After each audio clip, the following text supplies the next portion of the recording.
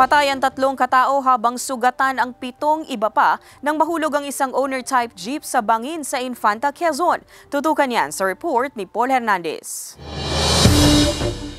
Nayupi at wasak ang unahang bahagi ng owner-type jeepney na ito nang mahulog sa tinatayang 10 metrong lalim na bangin sa barangay Magsaysay, Infanta, Quezon. Sakay nito ang 9 na pasahero ng mga katutubong dumagat at ang driver na isang pastor na Amerikano. Batay sa investigasyon, papunta sa isang church activity sa katabing bayan sa General Nacarang sasakyan nang mawalan ito ng preno. Yan po ay sigsag na road, no, na highway. Nawala na rin siya ng control sa Minabela na naging dahilan, no, ng pagkaulog doon sa bangin, no, ng nasabing lugar. 3 ang naiulat na nasawi habang 7 ang sugatan kasama ng driver. Matinding pinsala sa katawan ng tinamo ng ilang biktima. Ito siya ay owner-type jeep siya pero ito yung mahaba, yung extended. Kasya naman siya pero kumbaga po ay hindi ganun kaluwag para sa mga pasahero. Sinusubukan pang mahinga ng pahayag ng GMA Regional TV Balitang Southern Tagalog ang mga sugatang biktima, pati ang pamilya ng mga nasawi. Pero ayon sa pulisya, may pag-uusap na ang simbahan at mga kaanak ng biktima. Patuloy pa ang follow-up investigation. Dobleng pag-iingat naman sa pagmamaneho ang abiso ng mga otoridad sa mga motorista para makaiwas sa disgrasya.